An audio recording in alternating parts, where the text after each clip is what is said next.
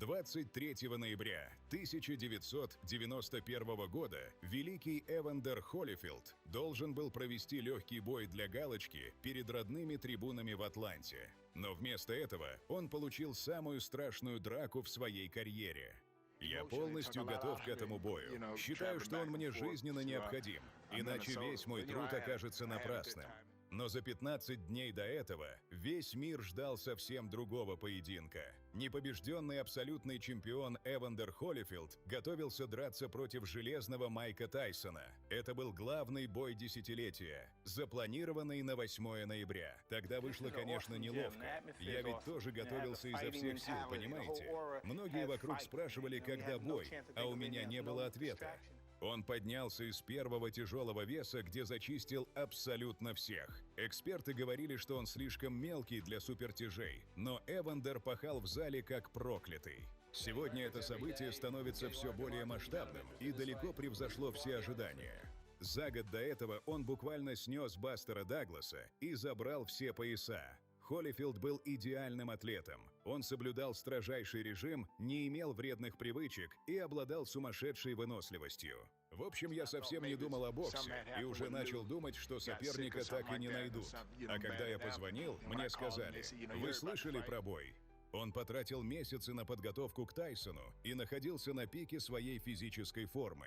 Но в октябре случилась беда. Майк Тайсон на тренировке во время спарринга сильно повредил ребро. Врачи категорически запретили ему выходить на ринг, и бой века официально отменился. Я был вынужден бросить тренировки, и это сильно расстроило.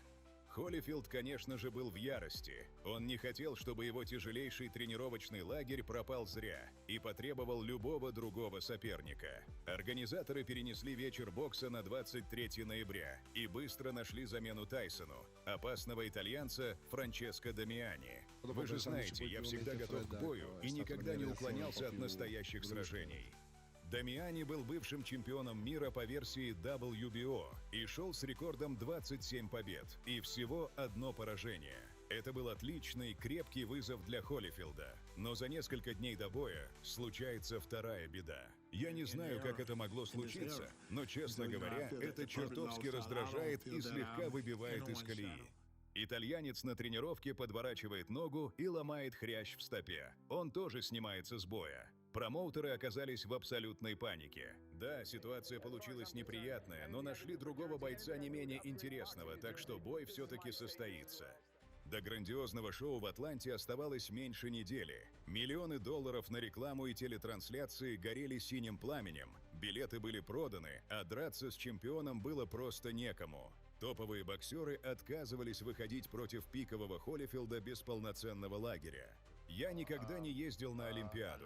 Мне никогда не предлагали $1 миллион за контракт. Я не тренировался в каких-то элитных залах и не имел всего того, что было у других. Я вырос в настоящих трудных условиях. У меня никогда не было тех возможностей, что были у Холифилда. Но я точно знаю одно – у меня больше решимости. Тогда организаторы сделали звонок отчаяния боксеру по имени Берт Купер. Берт Купер когда-то считался невероятно перспективным тяжеловесом. Его личным тренером и наставником был сам великий Джо Фрейзер. Именно Фрейзер поставил Куперу этот фирменный агрессивный стиль и дал ему прозвище «Смок» – «дымящийся». Купер обладал страшным по силе ударом и мог срубить любого гиганта. Я помню этот бой. Это был один из самых жестких в моей карьере. Я тогда был на пике формы. За год до звонка промоутеров он позорно сдался в бою против Джорджа Формана во втором раунде, просто отказавшись выходить из угла. После этого на Купере все поставили крест. Его считали ленивым, безвольным бойцом, чье время безвозвратно ушло. Но то, что произошло дальше, шокировало мир.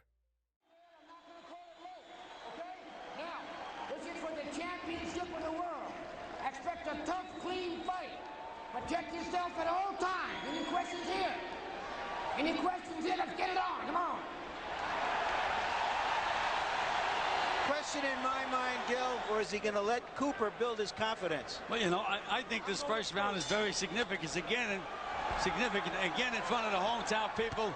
Maybe trying a little too hard. You have to remember, he hasn't had a fight in 217 days. And Bert Cooper has been an active fighter. And while Cooper has broken a sweat and does look warmed up, Evander Holyfield, as Larry Merchant pointed out, is completely dry. And Holyfield starts out establishing the jab. Cooper throws a long right hand and misses. Evander will not where Bert is most effective. Good body punches by Holyfield. Cooper loses his balance. He was in serious trouble there for a moment. And Holyfield hit him twice when he got himself straight. Holyfield wobbled him a little bit with that left hook. And he got an uppercut in there too. Cooper is groggy for a second. Holyfield with a chance for the right cross. And Holyfield was following orders apparently, because that was as wicked a body shot as you'll see him ever land. Cooper. The left hook in the body, Jim, was the punch that really hurt him. After the right hand, he took a left hook underneath. Beautiful left hook to the body. Long time to go in the first round. Cooper comes over the top with a right, but he left himself open. There's that quick right hand of Cooper's on the inside.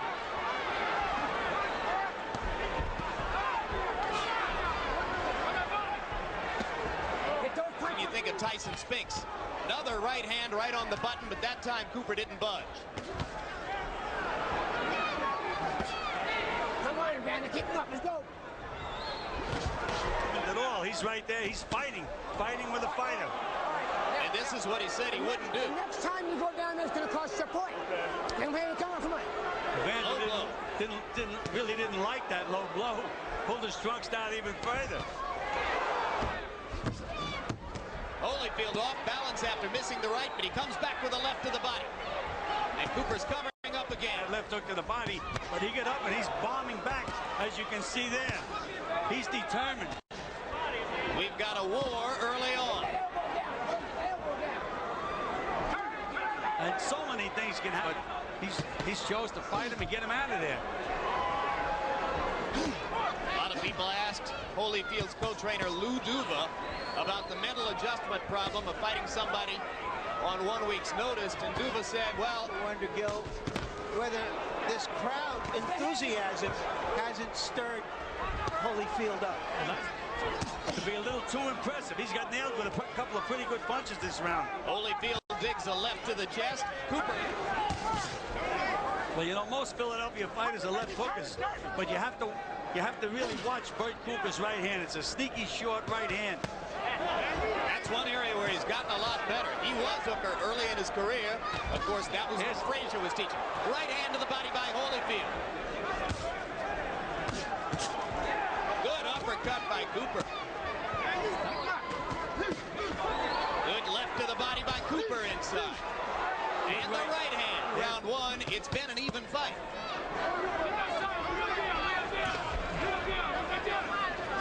To a close. Bert Cooper establishing himself. Evander Holyfield banging away.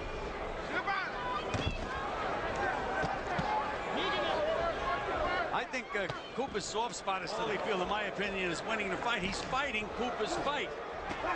And there's that sneaky right hand of Bert Cooper's. And Holyfield wobbles in the corner. The champion in trouble. Cooper bangs away. Holyfield almost goes down. Mills Lane's going to call it a knockdown and give him the count.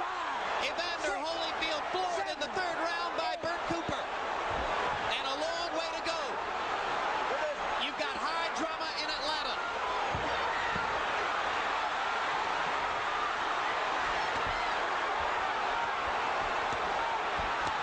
Another right hand lands flush. There's that sneaky right hand, Jim. Holyfield in serious trouble. And he's overworking that right hand. A long way to go. Holyfield almost went down again. Holyfield just really doesn't know where he is right now. His head is starting to clear. He's Right fighting now. on heart alone right now, Jim. Heart alone is keeping Evander Holyfield up. And Cooper may have punched himself out a little bit with that flurry. Oh, what a right hand by Holyfield. And now it's Cooper who is standing stock still. Oh, what a sensational right cross Holyfield landed to start this rally. But Bert Cooper won't go down. You're looking at one of the Evander memorable rounds. Holyfield better watch out and better remember defense. Believe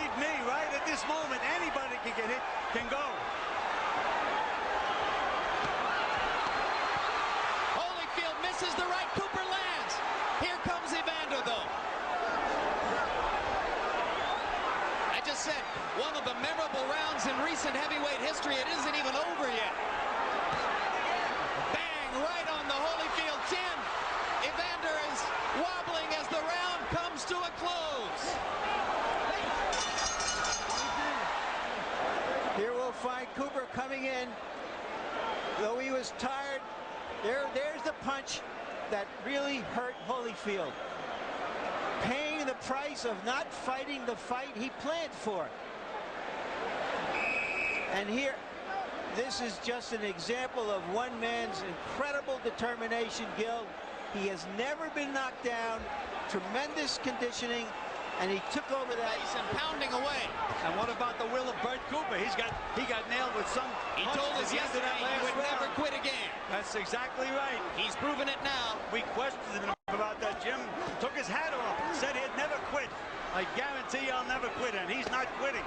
A left Possibility, 3 months in the gymnasium, changing opponents. It's very dangerous, particularly for a big fight. Cooper's punches seem to have slowed down now, Jim. There's that right hand again.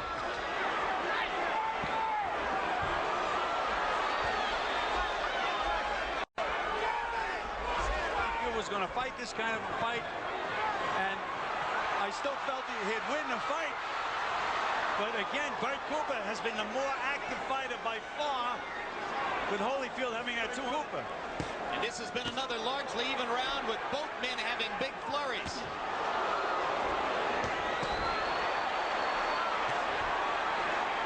Cooper grinning again. Holyfield lands an uppercut.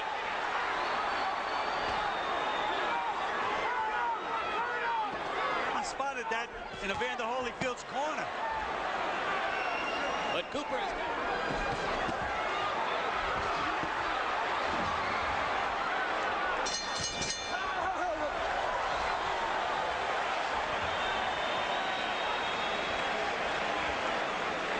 Christmases. It very well may be.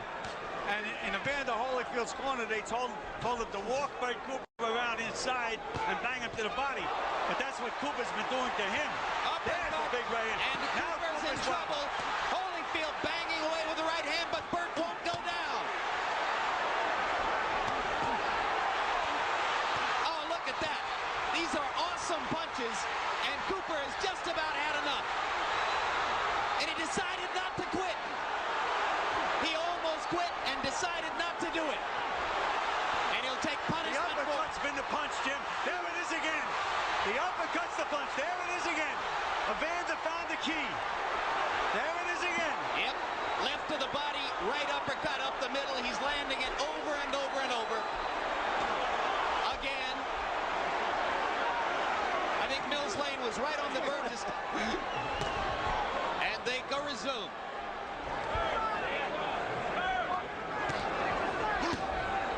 See what he does inside, Berт. He takes that right foot, steps over with it.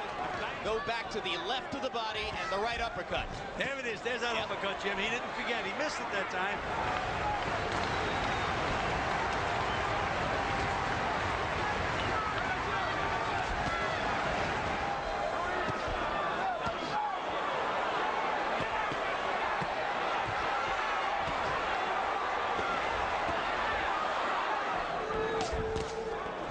Exploding right hand by Cooper to the body. Holyfield again with the uppercut. And watch. There goes Evander again. Anytime he lands a punch, he stays still and waits for the receipt. Waits for the guy to hit. Holyfield always had a problem with stamina in the amateurs. It's never really showed in the pros, but in this fight, he seems to me like he's a little weary. Well, one thing you know for sure, gentlemen, regardless of what happens from here on out, Slay against Mike Tyson, he'd have been knocked out. Or he may have knocked out Mike Tyson. That's possible, too. I mean, do you think Tyson could take those uppercuts that Evander was nailing Cooper with?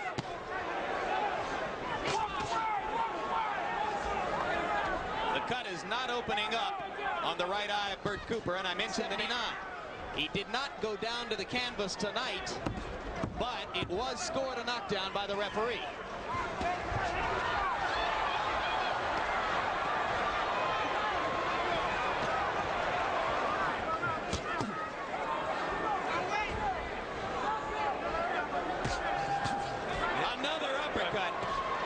surprised that Evander Holyfield isn't using the jab a lot more, Jim.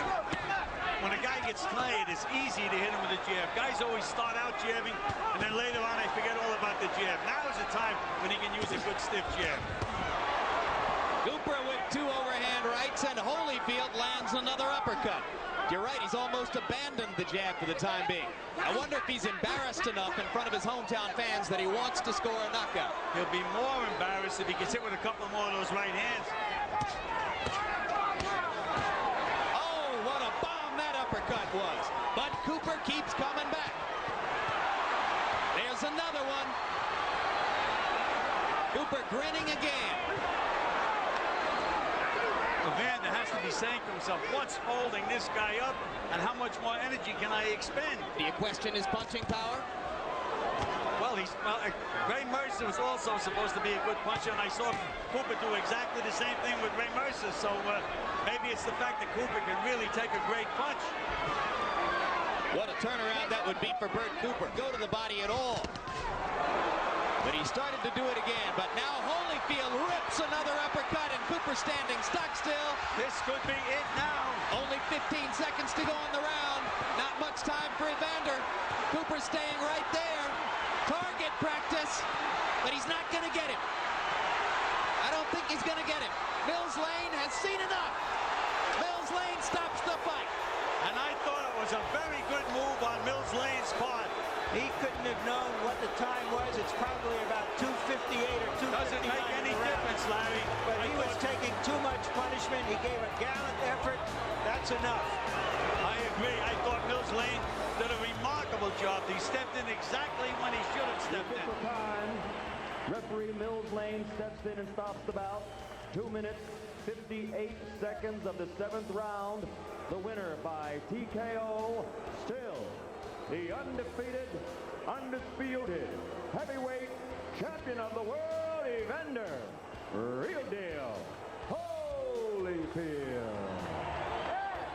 Эвандер, поздравляю. Похоже, это был легкий бой. Нет, это было совсем нелегко.